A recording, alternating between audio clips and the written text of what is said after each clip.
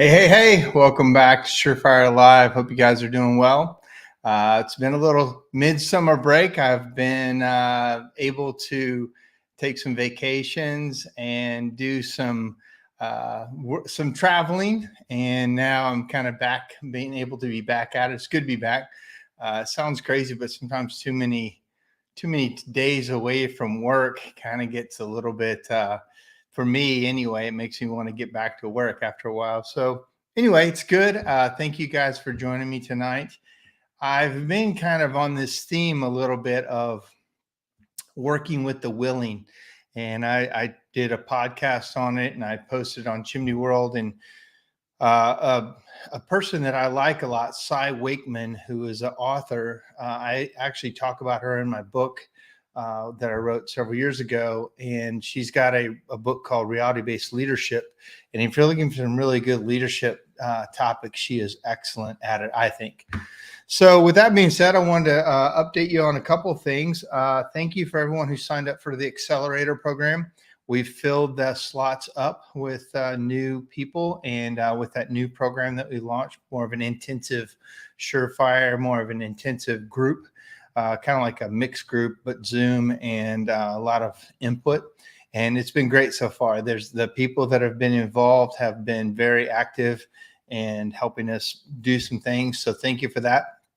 And if it works, we may start another accelerator group down the road, but we got to make sure this one is good and off to the right thing and everybody gets value out of it. So thank you to everyone. I'm looking forward to getting that started.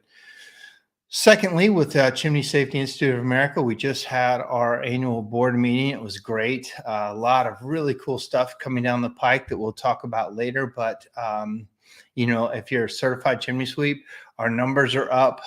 Everything is up, and everything is up and doing very well. Our schools are full. Our classes are being taken. Online's being taken. A lot of people through SureFire continuing to grow. So all those are good things. And if you need anything from CSIA, Tommy Nelms is the president, and he is fantastic. He's a great leader, and he's a great connector, and he takes action. And so, plus we have a new executive director, Bill Wald, and Bill is on fire. Bill is fully committed to CSIA, and he's come from a very different background, but man, this guy is talented, and he's got a lot of ideas, and he's moving full force, full speed ahead. So all good stuff there. So welcome. Hey, it looks like our crowd is growing, and I am looking at some chats. If you guys say hi, the comment section is open. Please say hello. Tell me what you guys have been doing this summer. Last couple months, I've been doing some things. I'll do a quick update. COVID put a couple of my lifelong plans on hold.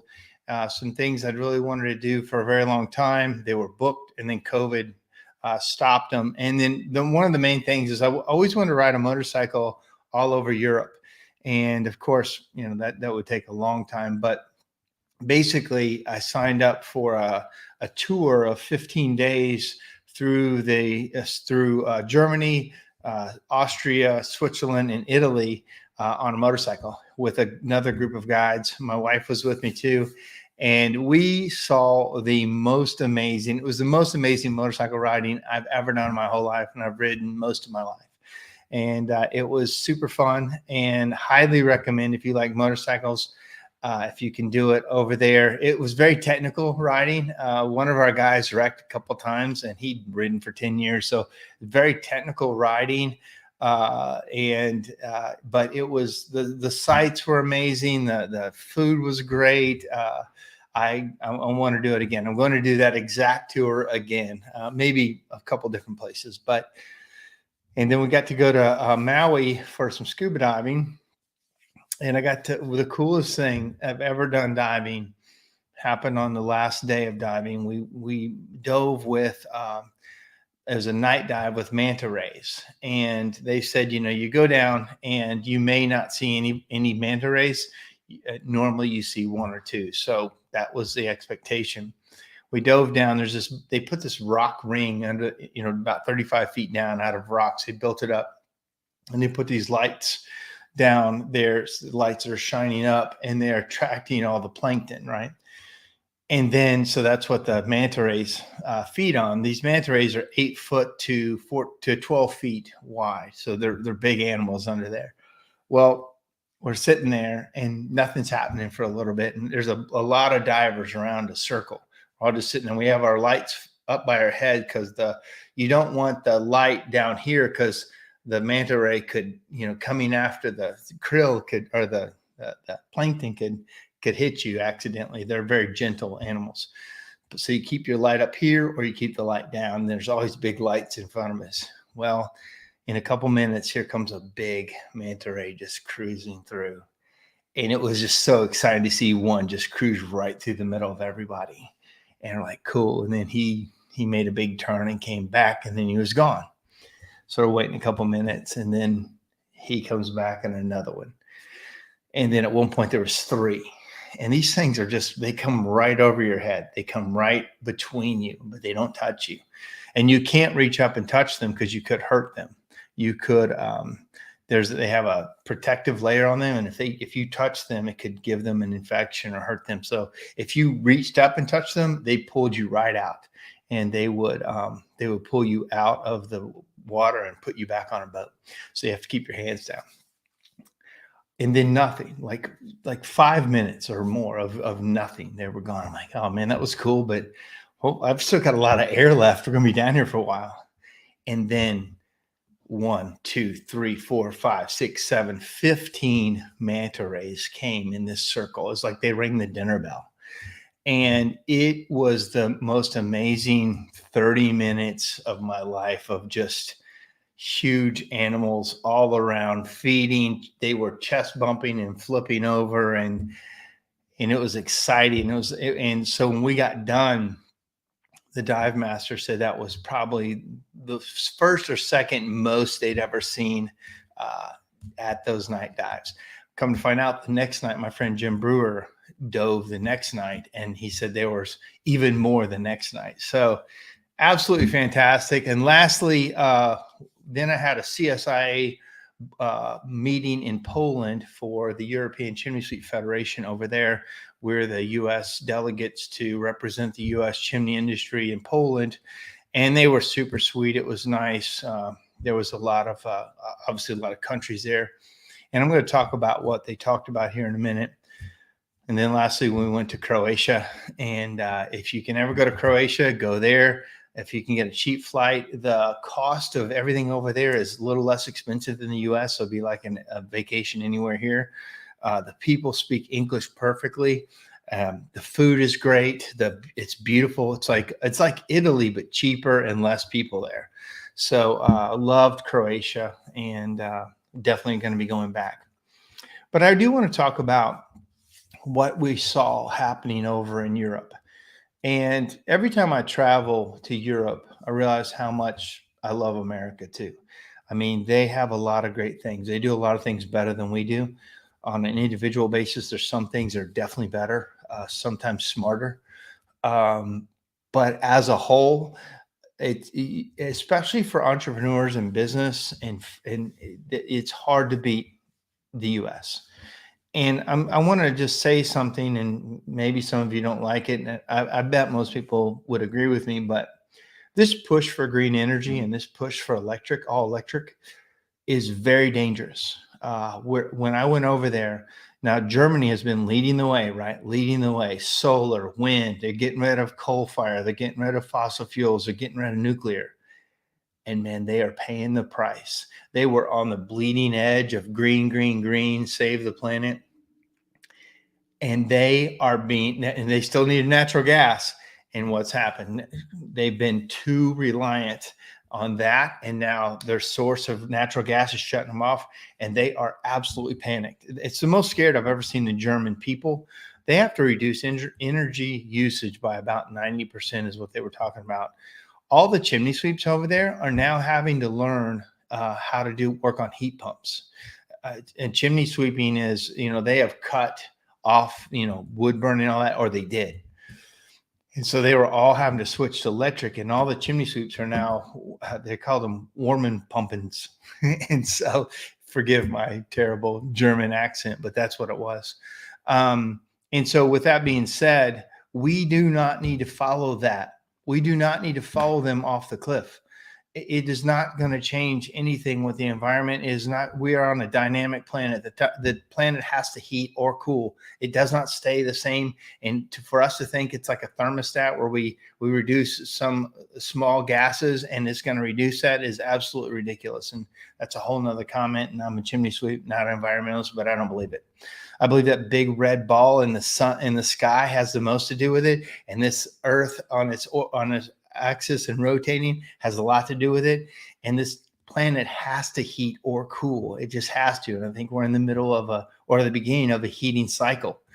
A lot more people die from cold than they die from heat.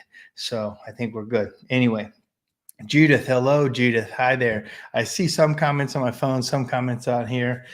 Judith is in my entrepreneur organization group, and she's a fantastic lady. So I'm glad she's watching. All right, so let's talk about work with the willing. That's my topic for tonight. Again, this is open conversation. Say hi to me, talk to me, tell me what you think about what I'm saying. If you disagree with me or you agree with me, that's what this is about. And I need some input from everybody. All right, so let's talk about it. It's a concept that I don't think I've been very good at. I've tended as a leader to work with the ones, I pay attention to the ones who are the most problems, right? I'm going to show you a video, and then I think I'll just talk about it to show you where I'm coming from. So let me share the screen. This is Cy Wakeman, and so I'm going to play it here. I got very clear that one can only work with the willing, even at home. Now, there was a point in my life where I had 4 sons and 4 stepsons, all within 10 years of age. We lived on a lake. We all loved wakeboarding. The minute the ice was out of the lake outside of Omaha, Nebraska, the boat was out and the Sunday drill began. Here's the drill. I announced that I will take people wakeboarding. And the process is pretty standard. You've got 15 minutes to get water, sunscreen, a towel, and your wetsuit, still pretty cold, on and get your butt in the boat. Here's how much effort I give on Sunday wakeboarding. I get myself something to drink, I grab the boat keys, and I walk down to the dock, start the boat, and drive away. I'm looking for a good Sunday. 7 of the 8 kids got their sunscreen, got their water, got their towels, put on the wetsuits, went down to the boat. One of the kids was still with me in the kitchen and started to ask me some questions. Mom, I'm trying to decide whether I want to go, and I'm just wondering, are we going to eat your crappy bologna sandwiches, or are we going to stop at Subway? Now, I am a good leader. I'm like, no, we're eating bologna sandwiches. Can we listen to my playlist? Can we listen to Wiz Khalifa, or do we have to listen to your music? And like, it's tradition. We listen to Barry Manilow every Sunday. He went on, and I felt like I was doing a great job saying, no, no, no, no, no. Boy, I was really parenting until I looked down into the boat and saw 7 kids sweating in their wetsuits that weren't yet wet, going like this. And I realized I had been a horrible parent. I immediately said to my son, I am sorry, I've done a horrible job parenting you right now. If you choose to be a parent, don't do this. I needed to have said, I'm sorry, 15 minutes are up. I'm going to go work with the willing, the ones in the boat, and you may not come. You didn't make the time limit. Next week, I made the call, and 7 kids did the drill, went to the boat. I was better, got the keys, drove off, phone rang. The one son said, Mom, where are you? I said, we're out in the boat. It's a beautiful day. He said, well, I wanted to go wakeboarding. I said, well, where are you? He goes, well, I'm in the kitchen. I go, oh, it's going to be so hard to wakeboard there. Fast forward to the 3rd Sunday. Guess whose butt was in the boat? Or not. No longer my decision. What I started to do is set the standards and work with the willing, the people that stepped up, instead of trying to negotiate with the unwilling and make compromises and beg them, if I take you to Subway, will you come? Because it inconvenienced the 7 people sweating in their wetsuits who had complied. And it sent the wrong message as a parent. Man, isn't that good? I mean, gosh, I hope that speaks to you like it does to me. I made another note from that, and I said, negotiate with the unwilling. Like that, I think of anything that I would fail as a leader would be, I would try to get everybody on the boat, and I would make the boat wait for those who were not getting on the boat. At whatever reason, whether it be an attendance policy or a commission structure or a big rechange or anything, there's the majority of the group are there waiting, like, cool, let's go. And then there's this group go, well, but wait, I don't agree with that. I want to do this. And I want to change that. And I've been lack at focusing on getting everybody on board as a good leader and making sure everybody understands so everybody comes along. And that being said, if any of my employees are watching right now, we're going through some of those times where we've had to make some changes in some hard areas because of because our costs are going up. Everything is going up underneath us in a way that has never happened before.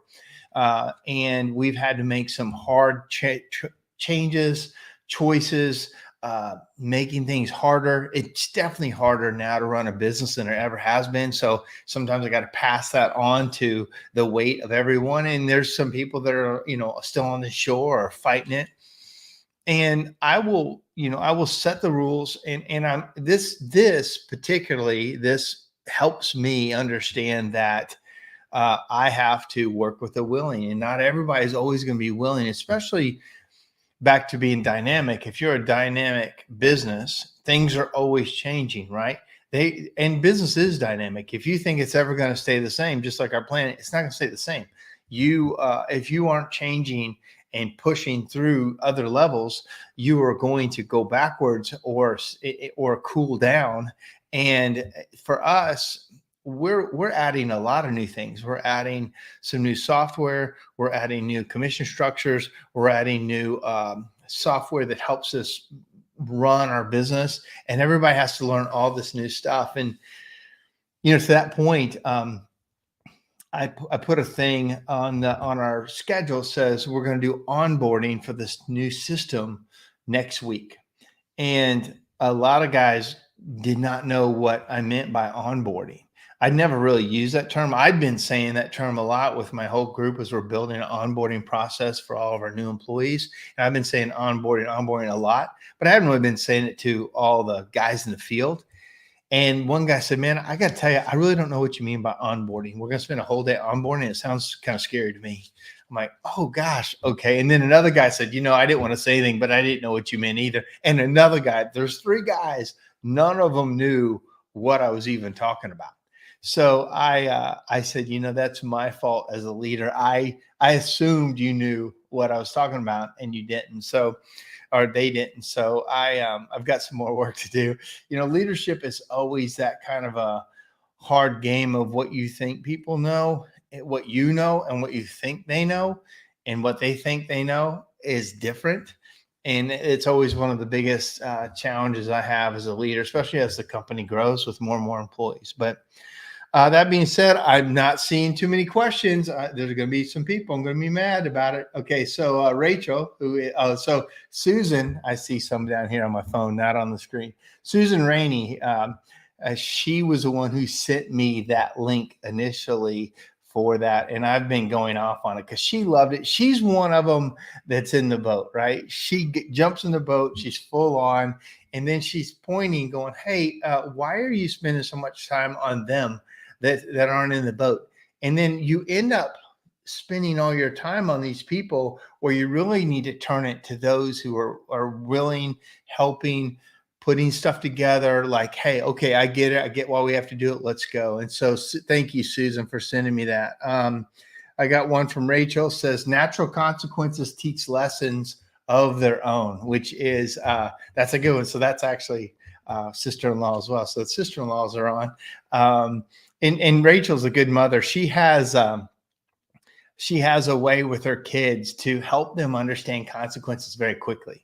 And I've always been impressed with her ability to help her kids understand that if you don't do what I'm going to say, there is a consequence, right now. And she's very quick about it. And so I think her husband calls her the general. That being said, I have to say some good news. I forgot about this. My brother made Colonel today. He's been lieutenant colonel for a while. As you know, he was major stoner for a while, but he got a Senate approval and made colonel today. So it was super cool that he got that in a lifetime service in the military, and super cool that he was awarded that. So okay, so let me see more. See a few people watching here. Hello, everyone. Thank you for watching. So, hey, JR, how are you doing? JR White. He's got the best sunglasses in the chimney game always. Okay, so that's about as all. So I got some congratulations from people for my brother. So yeah, super cool. He deserves it. He and I are very similar in some ways. If you heard us talk, you think we're the same person, but we act very differently. I think I'm way more on the laid back side. He's way more on the military side. But he's a partner at PricewaterhouseCoopers. So he's got a corporate job, and he's been in the reserve for a long time and made it all the way through. He went through Army. He's an Army Ranger. Then he went through flight school. Then he went through like all kinds of different schools, and he just finished War College, I guess a couple months ago. And once he finished War College, he made colonel. He said that War College was the hardest thing he ever did in his life, the hardest school he was ever through of all the schools. He's got a master's degree and everything. He went down one path. I went down a completely other path. He went down military. I went down music. He wound up corporate all the way through, and colonel. I wound up business owner and, kind of entrepreneurial path. So we're very different in that, but we look at things a lot alike. So anyway, congratulations to him. All right. So that being said, I'm about 30 minutes in, and I was hoping to have some more on work with the William, but I'll keep going. One of the things that as you start to grow is you get what they call sacred cows in your business. You get these people or these systems in your business that can't be moved, can't be questioned, can't be touched. And some of those sacred cows are also the ones who push back the hardest when you're trying to make changes. And sometimes in business, like it is for me right now, sometimes those sacred cows can't hold you back. And I've been in several situations, not just with my business, but on boards and other things, where there is a person or a system in place that everyone believes has to stay the same, but it's actually the thing that's holding you back. A lot of times it's people. A lot of times it's people that have given you good years. They have worked very hand in glove with you and gone through a lot of battles with you and fought a lot of fights with you to a point. And then they come to a stopping point of, this is all I'm willing to do, or I've done all this, or I have all this, that I've done for you, and I'm not willing to go there. And that becomes a problem in business. And I've said this before, like, I remember speaking to one of my managers that's not with us anymore. And she said, at one point we were probably a $10 million company at the time. And she said, I liked it better when we were 3 million. And I knew right then when she said, I liked us better when we were 3 million, that her rubber band was over. She was done growing. She wanted to shrink it down. And whenever you hear that from employees or managers that they liked it better when you were smaller, it's a warning sign that they're about out of ability to keep moving and changing. And that becomes, I've learned to listen for that a little bit, because we had problems back then too, right? We had problems back at all the different sizes. There were always these problems. But what I watch for is, how are people's incomes? How is their free time? How is the overall temperature of the business? How is, everybody's not always going to be happy. Everybody's not always going to be doing the same. We're not a equity-based business. We don't make everybody be the same. We're built on production. Like, the more productive you are and the more helpful you are, the more money you make. Recently, to put my money where my mouth is, we always had this thing called Motivational Mondays. And it's really, we talk about who helped each other the most. It's not about sales. It's about who reached out and did over and above something they didn't have to do to help the team. And I really wanted to promote that as something that I wanted our company to be about. And we always gave like a $300 or $400 prize every quarter to whoever. Like, we asked who helped each other for Motivational Monday, and people would call out people in front of everybody. Hey, this person helped me, and we would cheer them or thank them, and we would have tick marks about who helped each other the most. Kind of went, not just doing their job, but over and above their job. And so there was always certain people that kind of tend to always win it or are always in the race. And there's some people that never help many people, and they're never on the list. So I wanted to really foster that. So whenever you want to foster something in your business, you put your money where your mouth is. So I said, you know what? I'm going to change it to $1,000 cash bonus every quarter to whoever helps each other the most, and whoever's number one on the, on the list. Now you can't put your own name on it. You can't say I'm helped other people. Other people have to nominate you. And it's exciting. And I think I saw Rob Cripps. He's one of our guys, and he was watching earlier. And Rob came out of the gate smoking. Like, in one day, he helped me. He helped my daughter late night one night when she dropped her phone at a restaurant, and her phone went down between a booth, but the booth was not movable, and it went down between and underneath the booth, but it had wood trim and everything.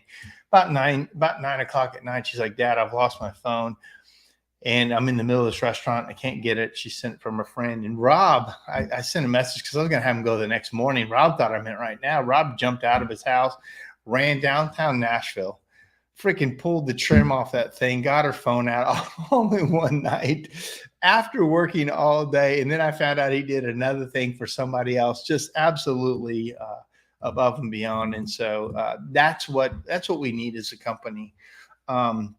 Recently, if you watch my Facebook, we also received an award for top workplace in Tennessee. It's a survey. It's a culture survey for your employees, and they send it all out to your employees, and they fill it out, different culture exercises. And then if you get a certain score, you get to be top workplace in Tennessee. Well, we've won it 4 years in a row. And to me, that says, as much as anything, profitability or anything else, if our culture is good and our employees say this is one of the top workplaces, that is a win in business. And ideally, you can take that team and do a lot with it. And there's a lot of trust that your teams have to have for you to be able to change the business a lot. And like right now, I told you we're going through some big changes, and there's some pushback, which there almost always is pushback. When you start to change things, people push back. It's totally natural.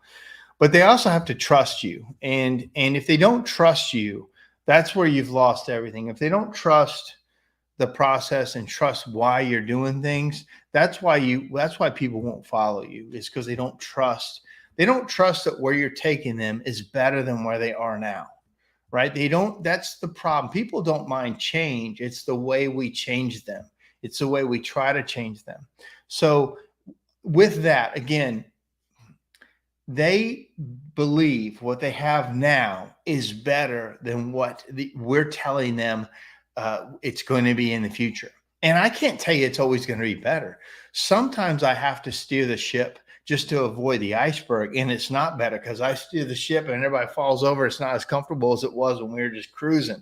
Right now, we're having to steer the ship so we don't hit an iceberg with profitability and all the crazy things that are happening in business. Hey, Bill, good to see you, man. Bill says great stuff. Bill and the company he works with, Wolfman Chimney, just came through my Blue Collar University, spent 2 days at my shop, and I work with them individually as a company, and they've got a great company over there. They're going to do some great things, and Bill was a true pleasure to get to spend some time with. Let me see. I think I've got some more. Make sure I've got so Susan says, way to go, Tim. That's my brother, Tim Stoner.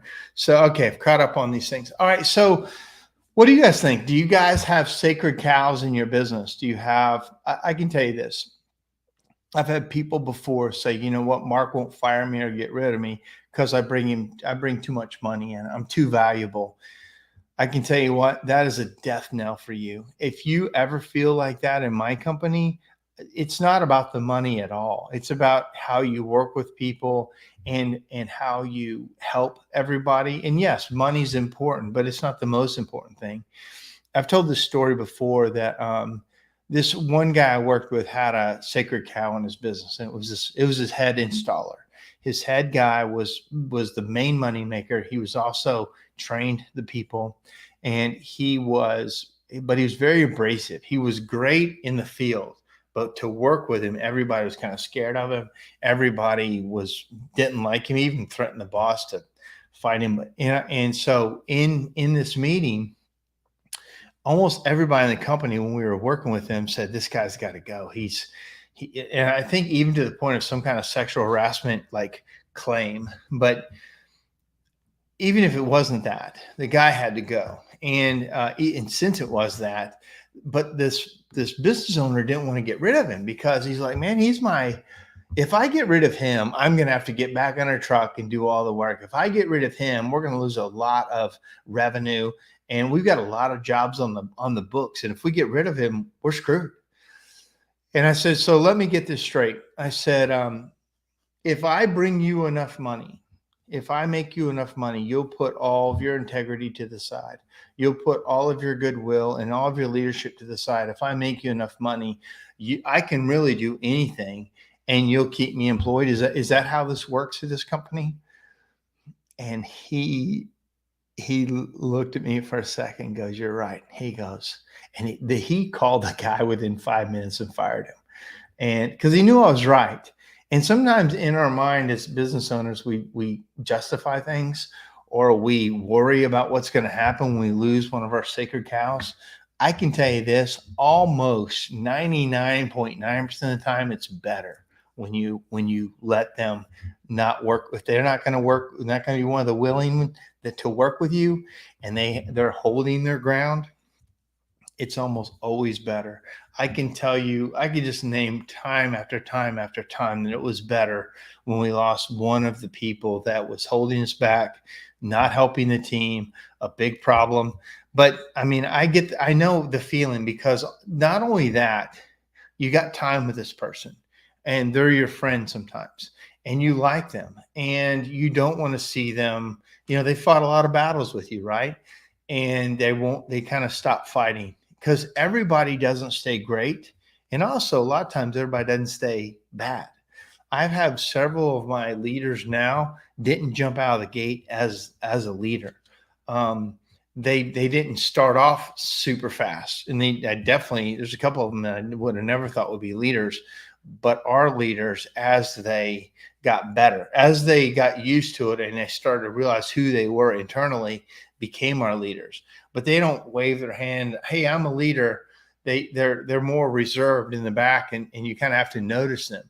A lot of times when people are good leaders, they don't volunteer because they know they'll do it all the way, and they don't want to add more to their plate. They're not necessarily the ones saying, put me in, coach, because they're the ones that are going to get it done, and they're not looking for any accolades. And to me, those are the best leaders. What else we got here? Let me check these. Susan says they also have to remember the ham they ate in the fat times, and while they're eating the spam in the lean times. Yeah. So, right. But people don't remember. They don't remember the good times. They don't remember how good they've got it. I always, it's a thing of, like, I've been in the chimney business for 37 years now. I mean, I've been in it a long ass time. And I can always say, well, back then we had to do this, and we worked 14 hours a day, and we did this, and we didn't make any money, and we all did all the stuff.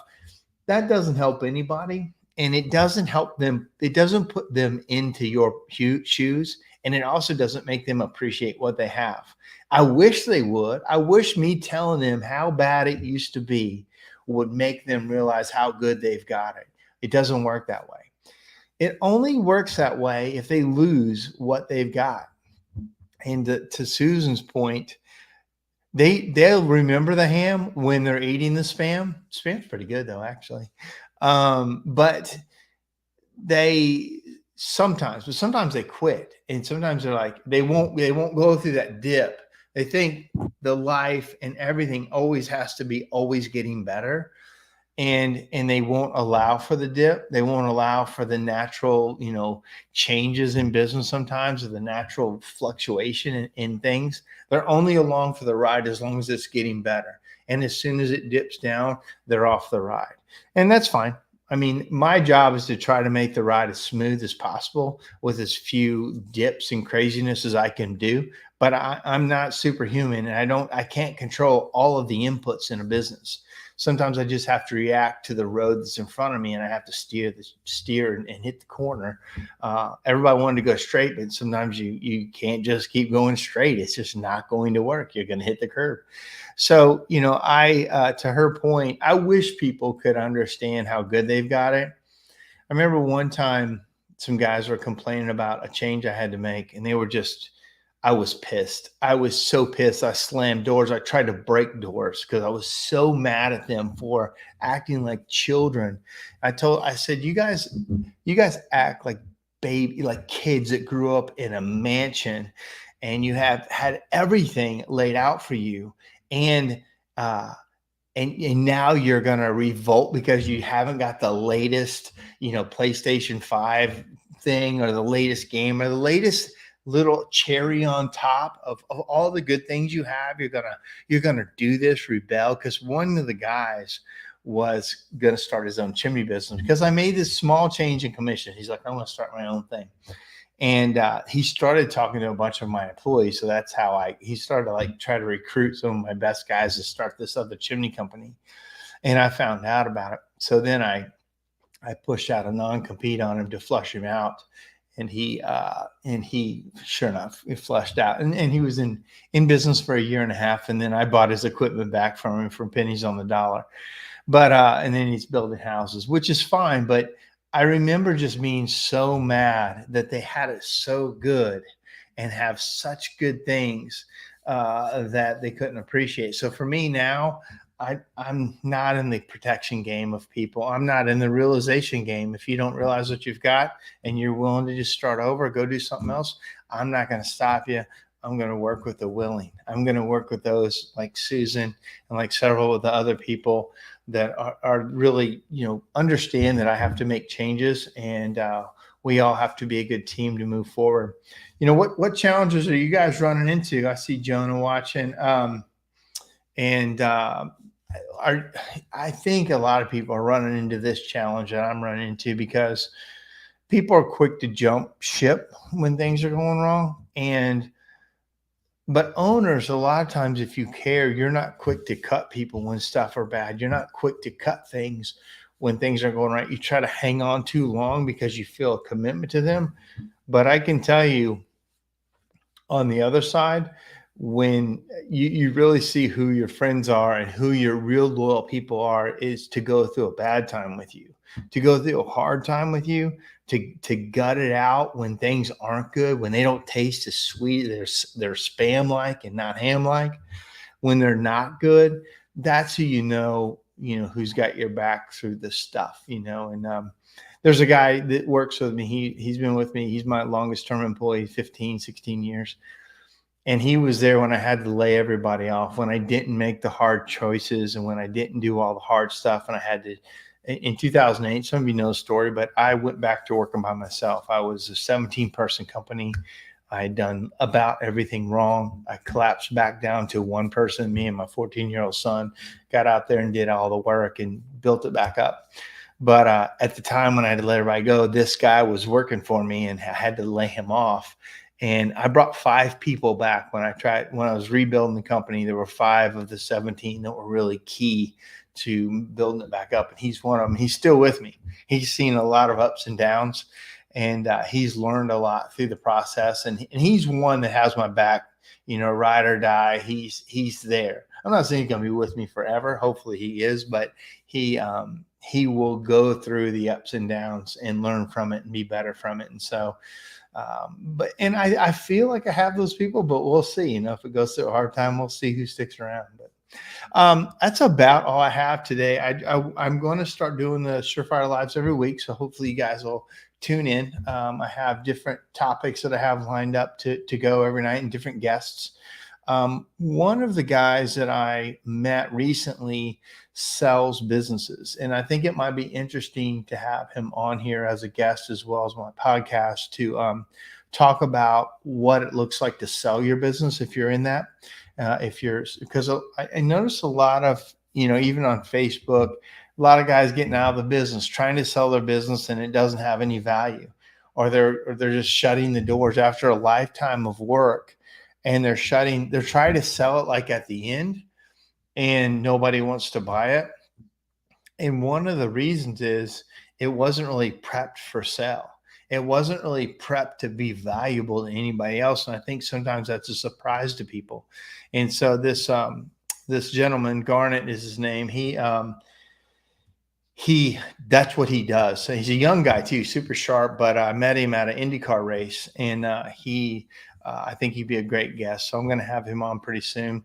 All right, guys, that's about my time. Make sure there's no more questions. Got a nice little group here. And then Mike says, would love to hear from both angles, buying and selling. That's a good point, Mike. Mike Fazy, he was down with us in Hawaii. He and his Shannon was with him, and a girlfriend Shannon, and they were super fun. My daughter was there, and she had never met Mike and Shannon before, and she's like, I like those young people that are with us, because it was me and Jim Brewer and a bunch of us older guys, and then Mike is quite a bit young. Mike and Shannon are a lot younger than us, and so my daughter was happy to have some young people on the trip instead of all of us old people. So thanks, Mike. Yeah, I think we will talk about the buying and selling, because he does both of that. And that's a great idea, Mike. So we'll have him talk about it. All right, guys, that's my time. Thank you for joining us again. Good to be back. And we will talk to you next week. See you.